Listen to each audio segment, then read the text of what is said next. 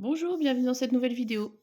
Je voulais vous parler aujourd'hui de Aeon's End, qui est un de mes jeux favoris, si ce n'est pas mon jeu favori. Je vous en ai parlé dans une vidéo sur Spirit Island et je me suis rendu compte qu'en fait j'avais jamais fait de vidéo dessus. Donc Aeon's End, c'est un jeu coopératif, donc qui est complètement jouable en solo, bah, exactement comme Spirit Island. Hem C'est un jeu de deck building. Donc si ça vous parle pas trop, le deck building, c'est une mécanique en fait, où on part avec un jeu de cartes, qui, est, souvent très faible et ensuite au fur et à mesure du jeu, on va pouvoir acheter de nouvelles cartes qui vont être de plus en plus puissantes et puis au fur et à mesure, donc on va, comme ça monter en compétences.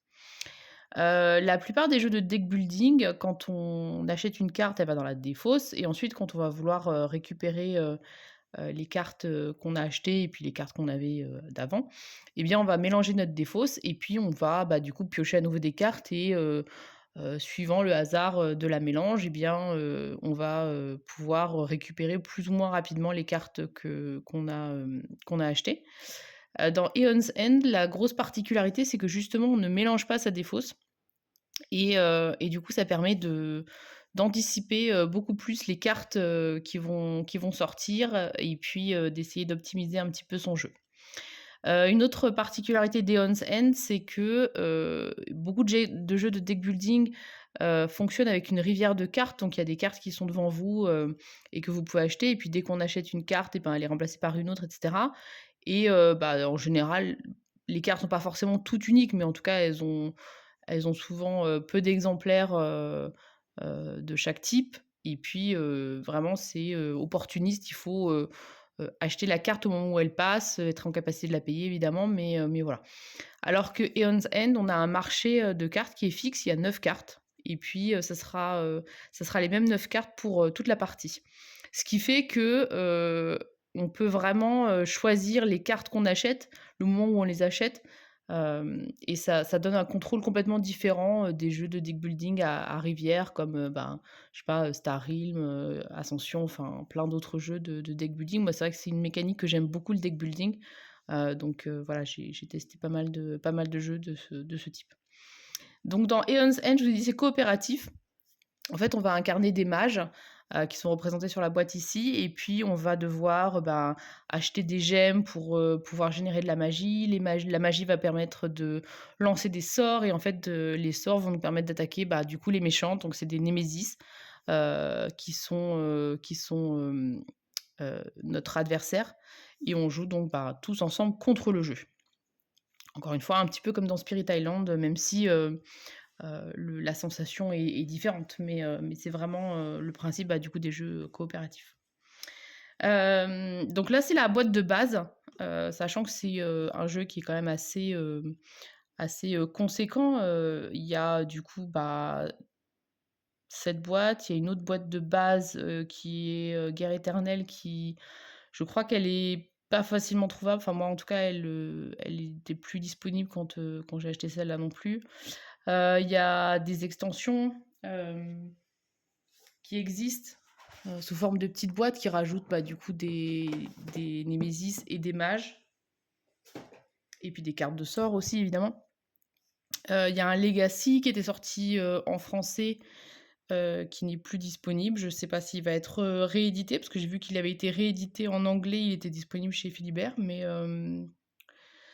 voilà, il y a quand même un petit peu de texte, ça m'embêtait de l'acheter en anglais, donc j'espère que, Matago, puisque c'est Matago qui localise le jeu en français, va peut-être refaire une édition du Legacy, ça me ferait bien envie. Il y a un autre Legacy qui existe aussi, qui pour l'instant n'est pas sorti en France si je dis pas de bêtises. Enfin voilà, c'est vraiment, une grosse, machine. Vous pouvez avoir plein de mages, plein de némésis, plein de boîtes, si c'est un jeu qui vous intéresse, vous allez pouvoir vous faire plaisir.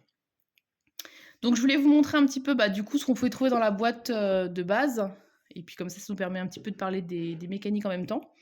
Donc là, dans cette boîte-là, elle est quand même pas mal pleine, il y a un thermoformage dedans pour ranger, mais il faut quand même savoir qu'il y a donc, bah, le contenu de la boîte de base, plus moi j'ai, 3 petites extensions comme je vous ai montré, qui rajoutent, bah, du coup, des cartes, des sorts, des gemmes, et cetera et puis, des mages et des némésis. Parce que moi, ce que j'aime bien dans le jeu, justement, c'est que chaque némésis a sa façon de jouer différemment. Et du coup, il faut trouver à chaque fois une stratégie pour réussir à la battre. Donc j'aime bien avoir des nouvelles némésis. Donc notamment les extensions, ça permet d'avoir ça, et puis des nouveaux mages. Donc,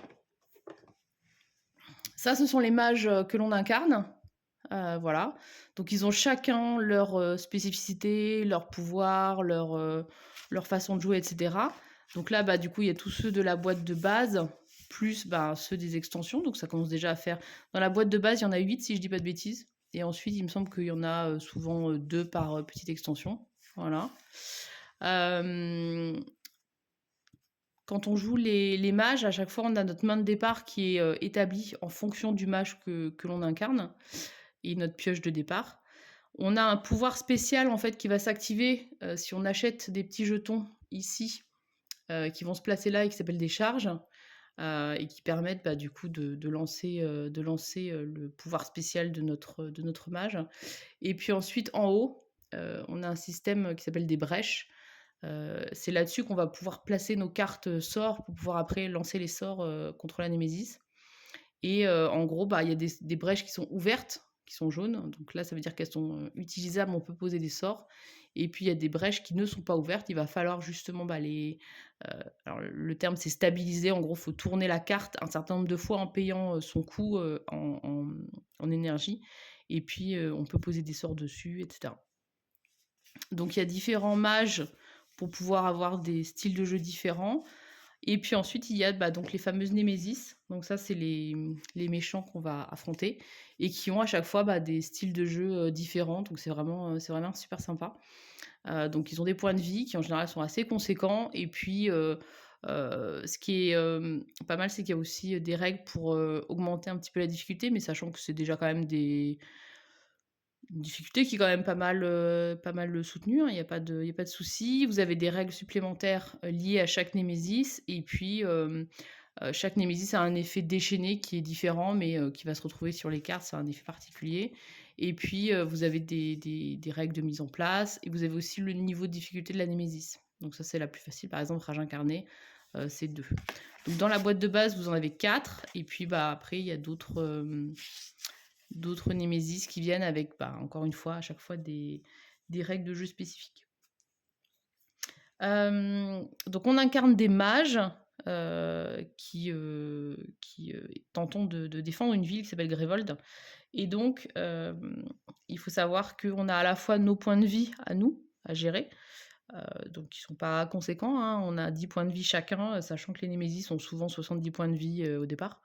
Et on a également la cité de Gravold à défendre, et Gravold a 30 points de vie, entre guillemets, même si c'est pas de la vie. Et donc il faut vraiment faire attention et jouer sur ces deux tableaux-là de points de vie, parce que bah, si Gravold tombe à 0, on a automatiquement perdu la partie. Et le but du jeu, évidemment, c'est de tuer la Némésis. Donc suivant la Némésis, il y a des façons différentes aussi, soit de perdre ou soit de gagner, mais globalement, c'est de mettre la Némésis à 0, ou assez souvent aussi vider le paquet de cartes de la Némésis, puisque la Némésis, en fait, quand elle va jouer contre nous, il va y avoir des cartes, un paquet de cartes à constituer pour représenter son jeu. Chaque Némésis, en fait, a des cartes qui lui sont propres. Voilà. À chaque fois, il y a 3 niveaux de cartes, 1, 2 et 3. Et donc, on va mélanger ces cartes-là propres à la Némésis qu'on joue avec des cartes de base qui sont également de niveau 1, 2 et 3. Et on va mettre un nombre de cartes dépendant du nombre de joueurs.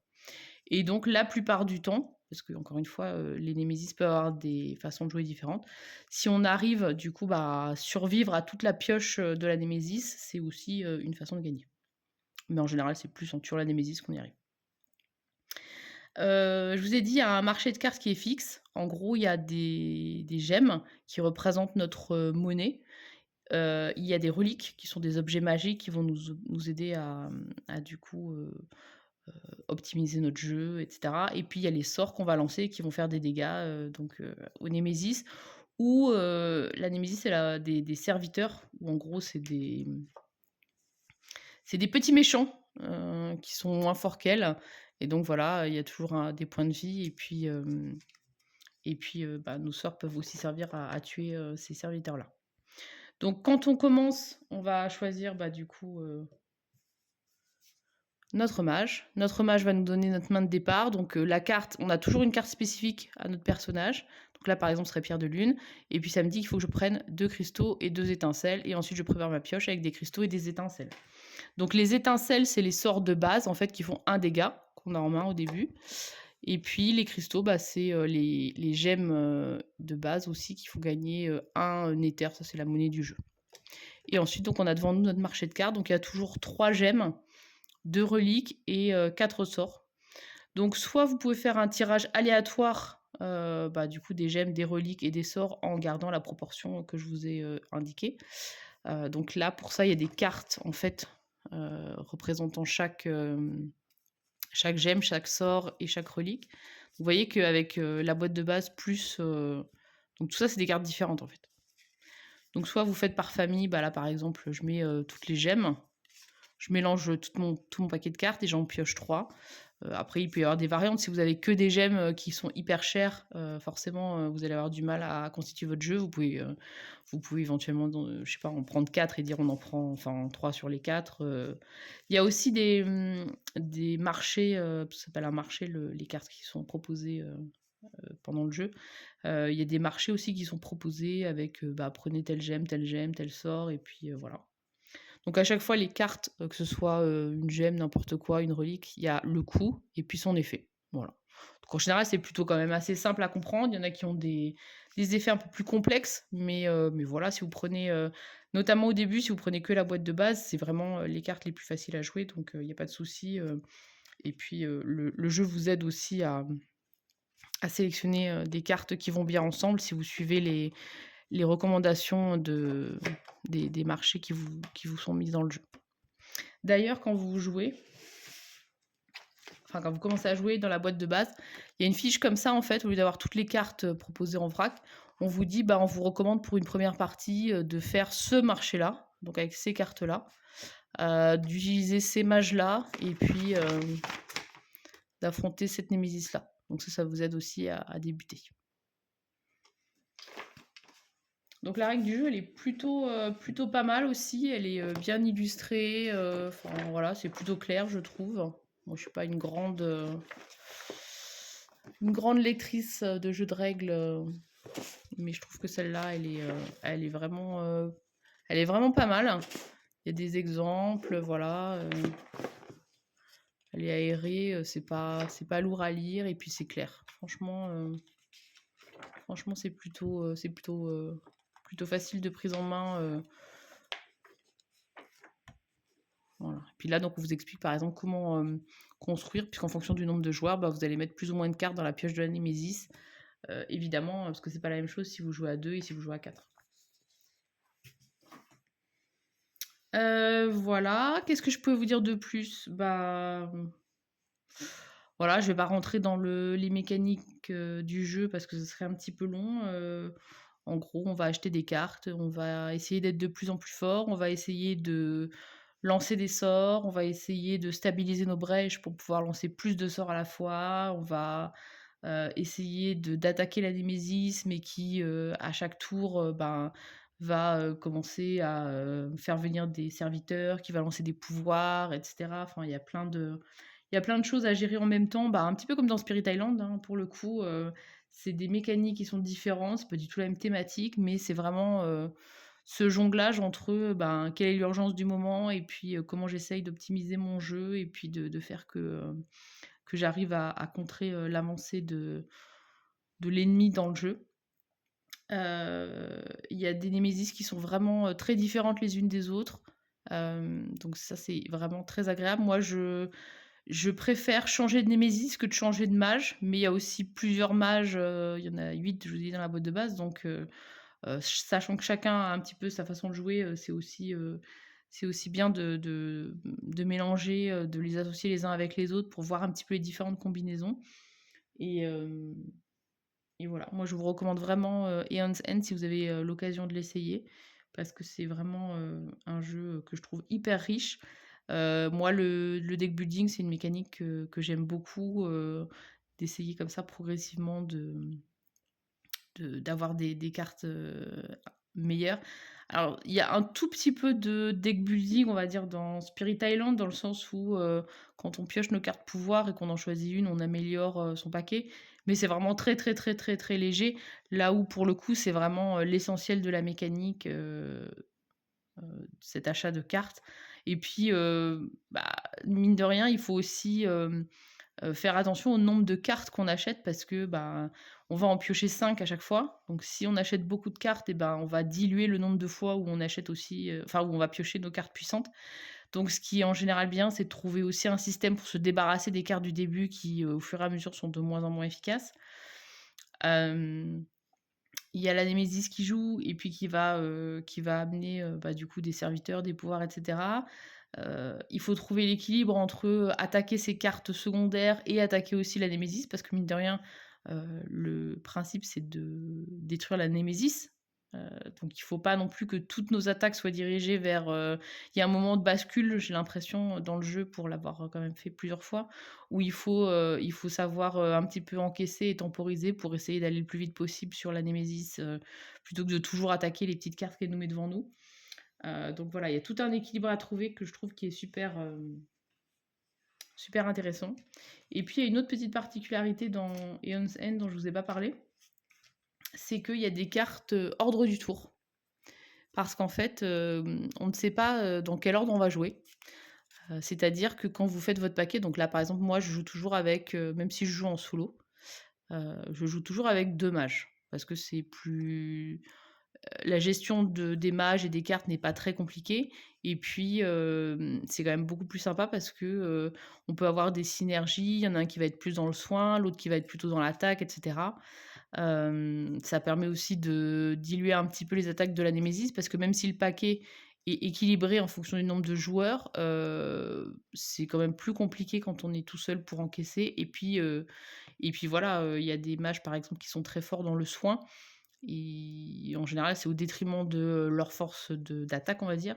Et donc si on a qu'un mage qui soigne, bon, voilà. Donc moi, je joue avec, 2 mages et donc le paquet d'ordre du tour, il y a, 2 cartes avec, le joueur 1, 2 cartes avec le joueur 2 et 2 cartes pour la Némésis. Et donc on va mélanger à chaque manche, on va dire, ce paquet de cartes, voilà. Et ensuite, on va, le révéler au fur et à mesure. Donc là, ça veut dire que c'est le joueur 1 qui joue et ensuite ça va être, du coup la Némésis. Mais là, ça peut être à nouveau la Némésis. Voilà, il se trouve que c'est joueur 1. Ensuite, ça va être la Némésis et du coup, ça veut dire que mon joueur 2, va jouer 2 fois. Mais on peut très bien se retrouver, par exemple, avec, heu, une distribution comme ça où en fait, du coup, c'est la Némésis qui joue 2 fois de suite en dernier. Vous remélangez votre paquet et vous retapez la Némésis qui joue. Donc là, forcément, dans votre stratégie, ça va un petit peu changer. Et comme c'est aléatoire, autant on ne mélange pas, les cartes de notre défausse, sauf, exception. Par exemple, il y a une Némésis qui justement joue sur cette mécanique-là et qui vous force à mélanger vos cartes. Sinon, on ne le fait pas. Mais par contre, on mélange l'ordre du tour, donc on ne sait pas d'une fois sur l'autre, qui va jouer à quel moment. Et des fois, ça change tout. Parce que les sorts qu'on va lancer, en fait, ça se joue en 2 temps, un sort, globalement. C'est d'abord, on le pose sur une brèche et c'est le tour d'après qu'on le lance. Alors, il y a des petits moyens de contourner, hein, mais bon, je rentre pas dans les détails. Mais globalement, la mécanique, c'est ça. Donc forcément, de savoir si, heu, une fois que vous avez posé votre sort, est-ce que c'est à nouveau vous qui jouez? Est-ce que c'est votre partenaire qui joue et qui va peut-être avoir un effet qui va permettre de déclencher le sort que vous venez de poser? Ou est-ce que c'est la némésis qui joue? Et ben, ça peut vraiment faire toute la différence, en termes d'effet, suivant le timing, des cartes némésis, comment elles sortent par rapport à votre tour de jeu à vous. Donc voilà, franchement, si vous avez possibilité d'essayer, n'hésitez pas, Ion's End, c'est vraiment pour moi un gros, gros coup de cœur. Au début, je le trouvais, compliqué, quand je regardais, j'avais l'impression qu'il y avait beaucoup de cartes, beaucoup d'effets, et puis finalement ça va honnêtement. Je dirais même que par rapport à certains jeux de deck building comme, nous on a aussi, Shard of, Infinity. Hem, Comme il y a finalement des cartes, mais après, vous achetez toujours les mêmes, en fait. Donc vous êtes pas obligé pendant la partie de tout le temps, lire chaque effet de carte et les cartes qui sont, uniques. Alors il y a des effets qui se regroupent, mais là, bah, vous avez fait votre marché de cartes. À la limite, vous prenez, le marché de début, c'est, les cartes avec les effets les plus simples. Vous jouez plusieurs fois avec ce marché-là et puis voilà, petit à petit, vous prenez des nouvelles cartes. Bien évidemment, vous n'achetez pas et vous ne mélangez pas, les extensions, tant que vous n'avez pas fait, déjà un petit peu le jeu de base, de façon un peu plus, poussée. Et finalement, vous allez progressivement vous rendre compte que, bah, les effets de cartes, il y en a pas tant que ça puisque c'est un nombre de cartes qui est, limité et les cartes sont en plusieurs exemplaires. Donc voilà, franchement un super jeu, moi c'est, vraiment un de mes jeux, favoris, j'y rejoue, toujours régulièrement, toujours avec, beaucoup de plaisir. Ça se joue hyper bien en solo avec 2 mages, il y a aucun souci, c'est pas lourd du tout, c'est fluide. Ça se joue aussi très, très bien en coop, j'y joue souvent avec mon fils, le plus grand, qui aime bien aussi. C'est toujours sympa d'avoir une synergie, des personnages, toi tu fais ça, moi au prochain coup je vais lancer ce sort, et puis il faut tout le temps s'adapter aux némésis, qui sont différentes, donc non franchement un gros, gros coup de cœur et je vous conseille d'essayer si vous connaissez pas. Et puis voilà. Maintenant je vous dis à vous de jouer.